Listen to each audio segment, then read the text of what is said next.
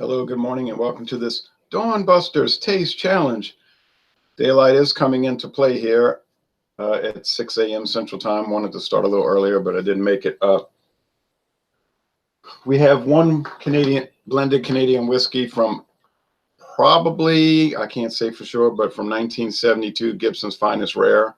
I noticed that the trademark wasn't acquired till 2015 on Gibson's Finest. It might have been called something else, just 12-year aged before 2015. But anyway, I can't confirm it. I do know that the company was founded in 1837. I do know this is aged 12 years. I know it's a William Grant and Sons brand. I know this is a 1.75 liter bottle, glass, with a real cork and a wooden cap, and I bought it at Savannah discount for $9.99 plus tax. That all of that I can verify. I just can't give you the date, a verified date on when this was started.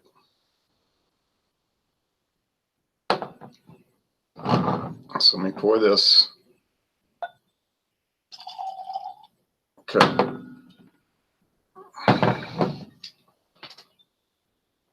Poured a little too rapidly, I think. Poured more than I really wanted to pour.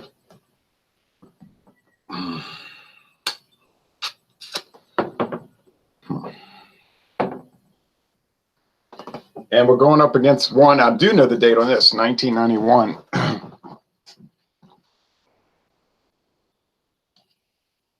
This is Black Velvet Reserve. Okay, 1991.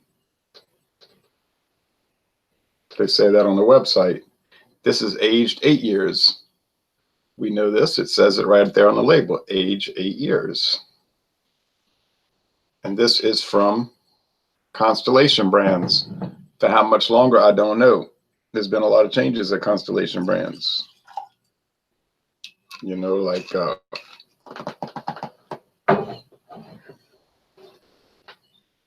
most of their company being bought out last week by E&J Gallo, Ernest and Julio Gallo Company. Those are the founders, E&J, but it's really Gallo now because Ernest and Julio have both passed away. But their descendants run it.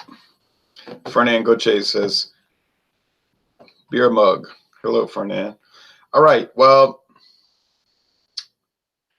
gonna have some big storms today.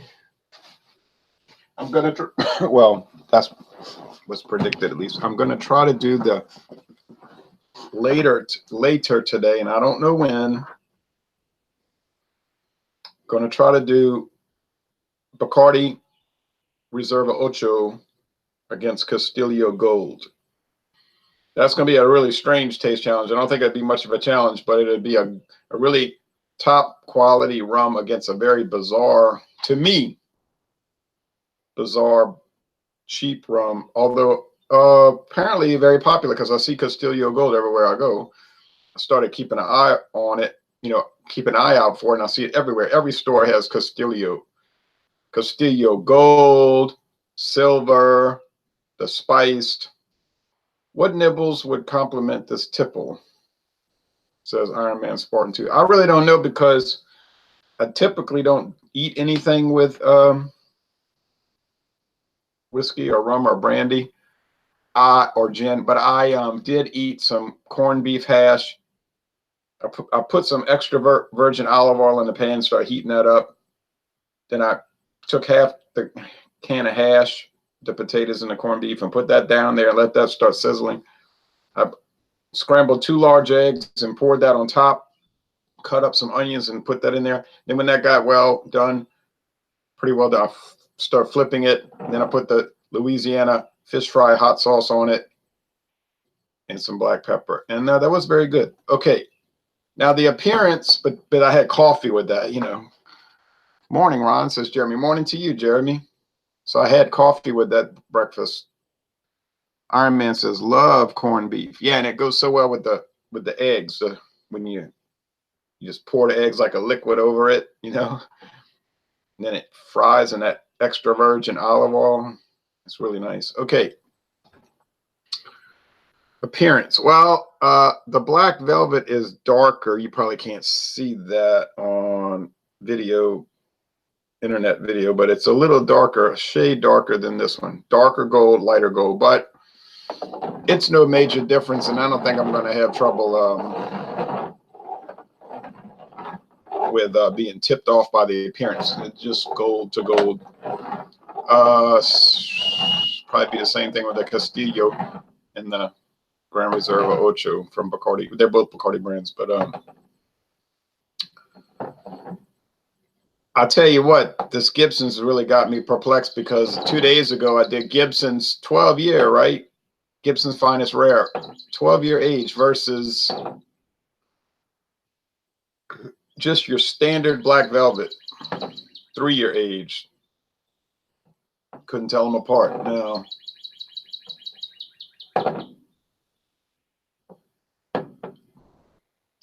that's not saying much for Gibson's. And I have no vendetta against Gibson's. I have no secret plot against Gibson's. I had heard about it. My friend David had a bottle which he had never opened. And I was like, when are we going to try this? He's like, we will, we will. And I was like, oh, I'm not waiting the rest of my life. But I wasn't worried about it either. But when I saw it at Savannah discount, I said, well, $9.99 for this huge bottle, I'll buy it. And then I'll try it. Won't have to wait around. Then he saw my videos, so then he knew I had bought it. So he said, I'm going to try. So he tried the 750 he had, which he bought for an unusually low price, $5.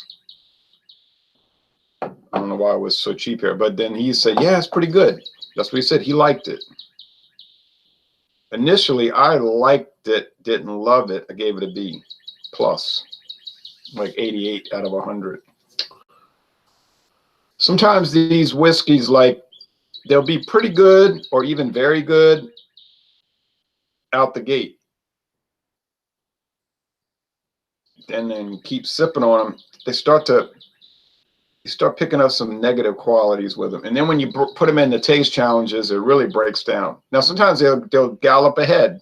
It's like a horse race. They'll just become better and better and better. And you start picking up more and more intricate and good things. And like every new time you try it, you know what I'm saying? It's better. Give you an example, like the Seagram's VO. When I tried it at first, I said, this is very dull. It seemed like there was nothing bad with it.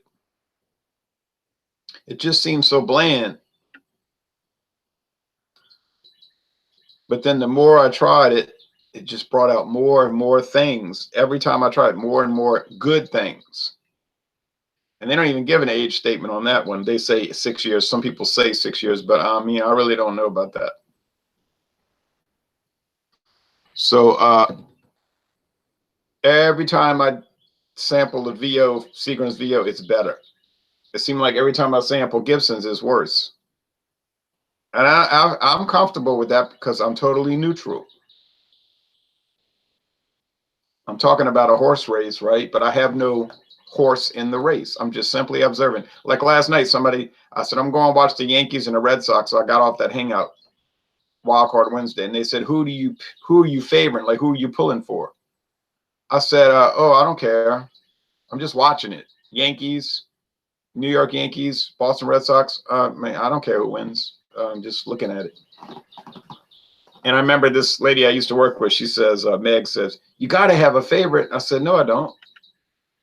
And she was saying, I can't watch a college bowl game without having a team I'm rooting for. I said, I don't know why.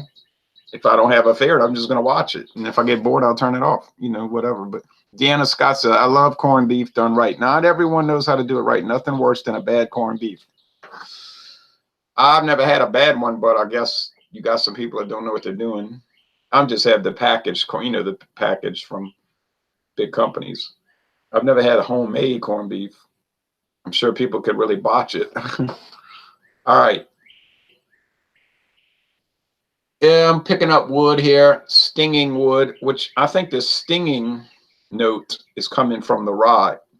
And I noticed that the Gibson's was very high rye, Canadian whiskey. That's their kind of calling card.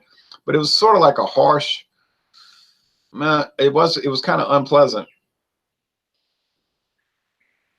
So this could be Gibson's. But then on the other hand, the Black Velvet Reserve wasn't coming across too pleasant either. I paid $10.99 for that one, and I wasn't in love with it. And frankly, hasn't really performed that well. So you say, so you got a kind of a sorry one versus another sorry one. Yeah, that's the way I see it. And you would think 12 years versus 8 years. Yeah, but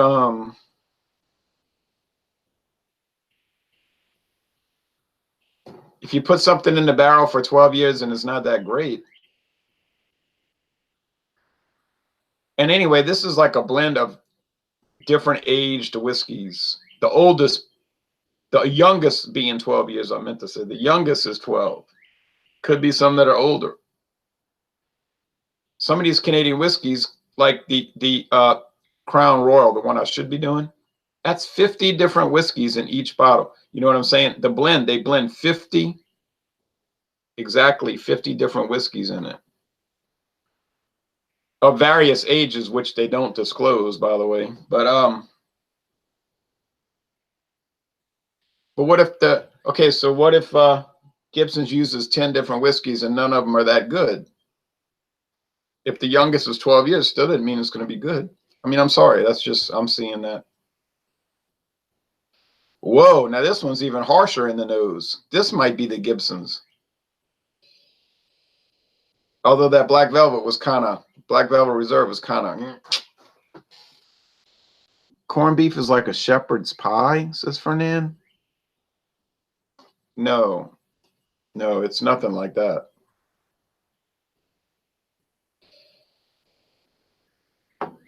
On aroma, I can't tell. Okay, y'all, I cannot tell on aroma. Because it's kind of rough versus kind of rough. I'm looking forward to that Heir to the Throne, something soft and nice, as opposed to this, to me, like the craggy tops of the Rocky Mountains. I think this is Gibson's, and I think that's Black Velvet Reserve, because I recall the Black Velvet Reserve being more abrasive than the Gibson's. Abrasive, like literally abrasive. You say, wow, you want to drink a whiskey that's abrasive? My answer is no, I really don't. I don't want to drink a whiskey that's abrasive. Why you think I don't like the well, then those are too strong, like the Steel Reserve 211 8%. It's abrasive in the taste, and it's too strong because you're drinking 24 ounces usually, and it's just so much alcohol, you just feel sick. And I said, well, but if I get the Steel Reserve 6%, oh, that's a jewel. That thing is so smooth and mellow, and it's only 6%. So you drink a pint can, it doesn't bother you. You don't. People misinterpret what I'm saying. Like I'll tell them, Colt 45 High Gravity is too strong for me. Too strong for me. And people say, I don't think it's too strong. I drank 2 cans and I'm fine. I didn't say it was too strong. I said it's too strong for me. I never said it was bad. I think Colt 45 High Gravity is a well-made product. It's a fine high gravity beer, a Helle Stoppelbock, if you want to use the proper terminology, is what it really is, an adjunct Helle Stoppelbock. I'll say it's too strong for me. And you might say, you're weak, you can't handle it. Well, I'll be the first to admit that. I'd rather the 5.6% Colt 45. But what is my motto, basically? The motto of this channel: drink whatever you want to drink. Enjoy what you want. And if you want to tout something and you like it and everybody else puts it down, just keep touting it. It's your business. All right.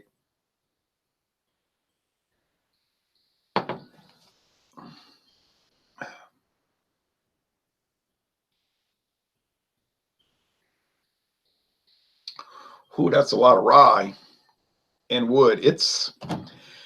I don't know if I'm doing these right because I'm saying, oh, that's rough. That's rough. You know, they're not bad. Neither one of these is bad. If I was scoring them individually, you know what I'm saying? Like if I was sitting down, giving them a score on their own merits, they'd probably be in the B range. They were, you know, when I initially did them. But there's a lot of other ones in that cabinet that were way cheaper. And, well, I guess you couldn't be cheaper than the Gibson's, $9.99 for a 1.75 liter. Okay, no cheaper than that. But but they were way better. Like the Sazerac line.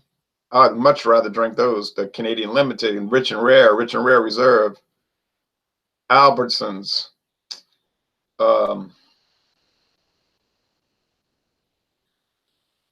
Canadian Crest. I mean, they're just a lot. Caliber. There's another thing. Caliber. They're just so much nicer to me. But maybe that's the style, that heavy sweet corn thing, like the way they do that. You might drink those and say it tastes like candy. My friend David tried the Canadian Limited, and he said, "Bleh, it tastes like black licorice." So to him, it was unpleasant. And what is the black licorice making him think of? Yeah, the Jägermeister, that whole paradigm thing. Medicinal. Well, I like that. When I was drinking that Jägermeister, and I said, "Oh, it's really good," and the German lady that my uncle's married to, she said, "Well, that's like a medicinal in Germany. People drink that if their stomach's upset, whatever." She says, "It's really not."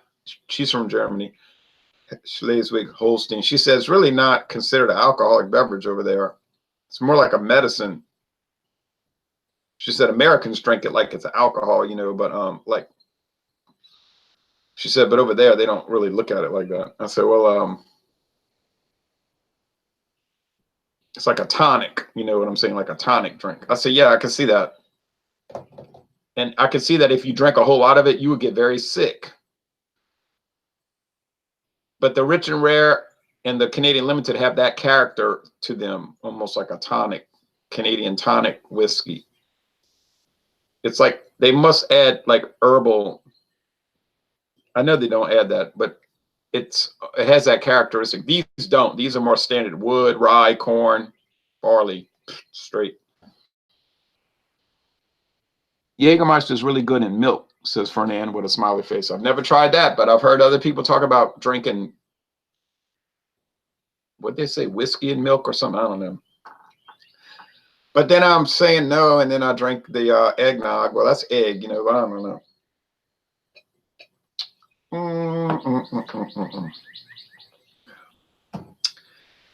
There's sweetness, but then it's immediately knocked down. Like you'll see the sweetness from the corn, but wham, the rye knocks it down. And then it's all this peppery rye. Bleh. And then the wood, it's like, whoa. And you saw how much I was bragging on Sazerac rye whiskey. So you can't say I don't like rye. It's just something about the way it's interplay, the interplay between the sweetness and the rye with this whiskey is kind of clashing.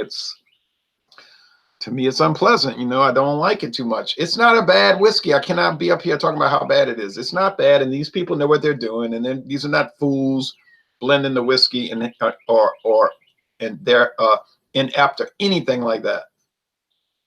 For neither one of these products, I'm just saying. For me personally, it doesn't appeal to me.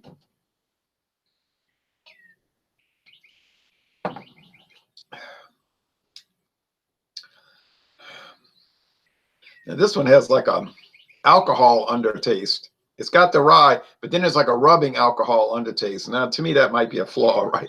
Jeremy says, so you're saying that in Germany, it's like Dr. Tischner's in the U.S.? Smiley face. Kind of like that.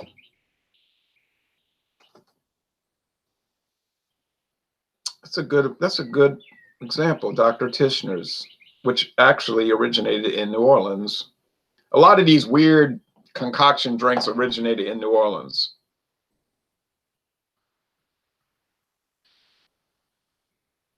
Like Dr. Tischner's, the Sazerac drink, which used to be made with the absinthe. I would never drink. I see that green stuff. So you drink it. I wouldn't drink it. Absinthe. Baby. They still sell that stuff, and I see it and I say, "Oh no, it used to be illegal. It was illegal or something." I don't know. The government said, "Let it be legal," or we're worried more about heroin or something. There's not that many absinthe freaks, You got speed freaks. They're hooked on methamphetamine. Speed freaks. be walking around with their tattoos all over their face, stealing people's rims and stuff, trying to trade them into the pawn shop. Got the heroin addicts, you know, same thing. Don't bathe, wear leather boots, steal people's stuff. But I don't think you have too many problems with absinthe freaks these days. Maybe in 1880 you did. Babies are baptized in beer in Germany, says Deanna Scott. Well, I know she doesn't mean that literally. Wow, I didn't know it was from New Orleans. Yeah. But I don't think it's made there anymore. It might be. It says, I don't know. Some pharmacist came up with it, kind of like Coca-Cola, which was what Coca-Cola originally was, a tonic made with cocaine and at a pharmacy. But they haven't used the coca leaves in it since what, 1985? 34 years. My cousin used to drink Coke all day long. He was addicted. My dad said, that's that coke. My daddy used to always say, that's that cocaine. That's that cocaine. I said, I just think he's addicted to stuff. It's like something's wrong with him, you know? Well, anyway. All right. Which one do I prefer? I think I prefer the one on the left. Might be your right. It's a little less abrasive, but it's not too terrific to me. And I think that's the Gibson's. I think the Gibson's is a little nicer. But I would rather not drink either one of these. Unfortunately, I still have this much. 80% of the bottle. Well, I'm going to drink it. I'm not going to waste it. It's not terrible. You know what I mean? I'm not going to waste it. It's a beautiful bottle. And this is a beautiful bottle. And somebody said that's just the same as the Golden Wedding from Canada. Same as the Golden Wedding bottle. I know these companies reuse the bottles with different labels. This is supposed to look like a basket weave or something. I don't know what it's supposed to look like. Something like that. Black Velvet Reserve. Well, down to the bottom 30% of this one. And when it's gone, I won't miss it. So I'm going to say Gibson's wins, but it kind of wins by not being as unpleasant. You see what I mean? Let's say it doesn't lose. Gibson's G. Hey, I got it. It's bizarre that I couldn't differentiate it from the regular Black Velvet, but I didn't find that the regular Black Velvet tasted too much like the Black Velvet Reserve. There's a good deal difference, although I don't like either one, honestly. Now, would I try other Canadian whiskeys? Yeah, since I have Canadian Windsor in the cabinet, and I know I'm trying to get to that. People are saying, when are you going to get to it? Well, I have to process through all these, right? I got Windsor, Canadian. I got Calvert, Lord Calvert, Canadian. Got to process through that. I've got the James Fox, which I'm seeing more and more of that for some reason. I thought it was really rare at first. Now I'm seeing James Fox all around. So I'm saying, well, maybe it's growing again or something. I don't know. And then what's the other one?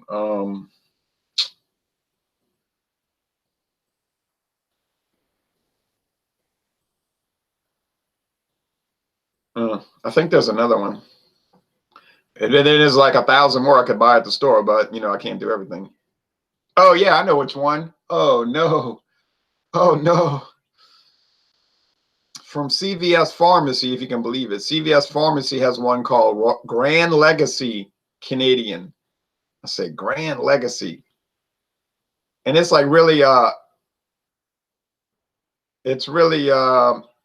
it sounds bad, you know, on the label. Canadian. It's almost like it says Canadian whiskey product with natural flavors and coloring added. It's like, wow, you're saying too much. You don't even have to disclose that. They're just telling you. It's like the label saying, yeah, it's cheap, but we'll just admit it. Yeah, it's colored. Yeah, it's flavored.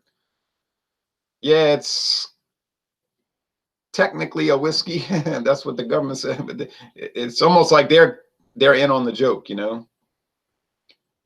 I said, no wonder it's $10.99 for this huge plastic. Everything about it just screams, only drunks buy this. Oh, alcoholics buy it. Look, I don't know who buys it. It says CVS. That's all I know. I haven't bought it. But I did buy the Grand Legacy American blend.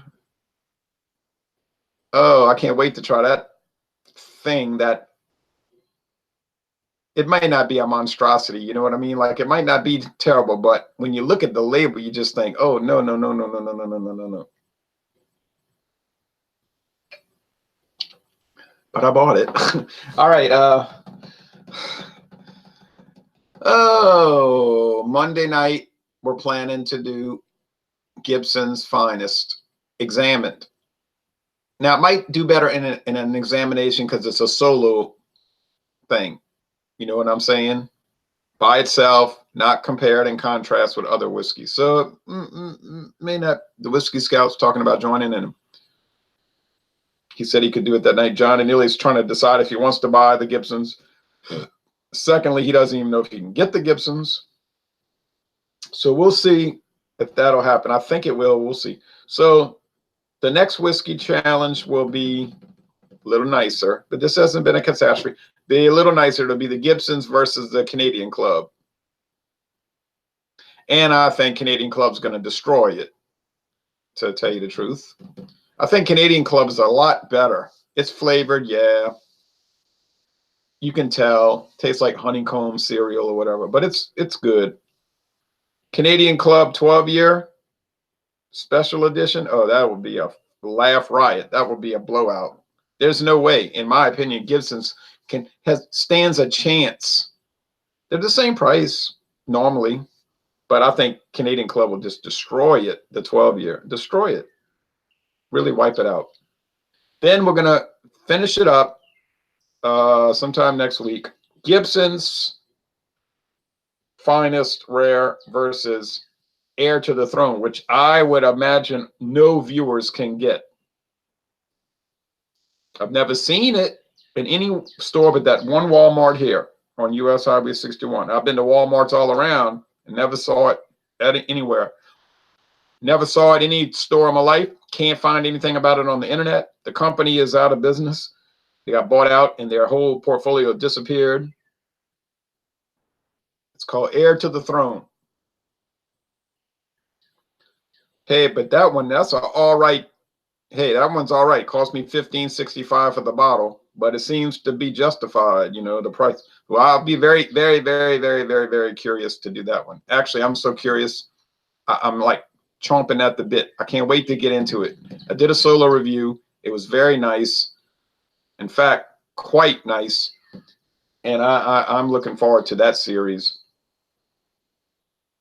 Oh, well. Something about this undertaste is harsh. Hello, everyone. Taste the sips. Sparkle, sparkle, sparkle, sparkle, says Jay State. Well, I appreciate everybody watching. Would I recommend Gibson's or Black Velvet Reserve? At this point, I would not. But if you're like me and you're curious, you'll try it anyway. You know what I mean? Like people tell me, don't try that. It's terrible. They kept telling me, don't try Four Loko Gold. Don't try that. Don't try that. It tastes like Red Bull. Well, I never had Red Bull in my life. I tried an energy drink once when I was at the Superdome for the Saints game. They were giving them out, and I didn't like it at all. So, but since 100 people in a row told me don't try Four Loko Gold because it's so bad, well, you know, I just had to try it. And it was actually not bad until I drank the whole can. Then it was bad because I couldn't quite remember. I knew I had watched the Super Bowl. Well, I said the next day, I know I watched it. I think I watched it. And then I was looking at the replay and I was like, oh yeah, I remember that game was on. But I felt bad for 24 hours, like my bones hurt. And I said, I don't think this is healthy to drink something that makes your whole body hurt. Something. I don't know. It's bad. It's insidious. I don't know how people could drink Four Loko Gold. But I did, you know, because I was curious. But I won't drink it a second time. You will never see a revisit. I know that much. All right. Well, so in about 4 hours, you might see a video posted for another one of those Natchez Brewing Company beers called Push Up. Trying to make it like a creamsicle. push-up. That sounds like it's gonna be nasty, but I bought it, right? And then tomorrow you might see a video review for Natchez Brewing Company's Bluff City, because you know Natchez on a bluff, like Baton Rouge, North Baton Rouge on a bluff. All right, thanks for watching this video production.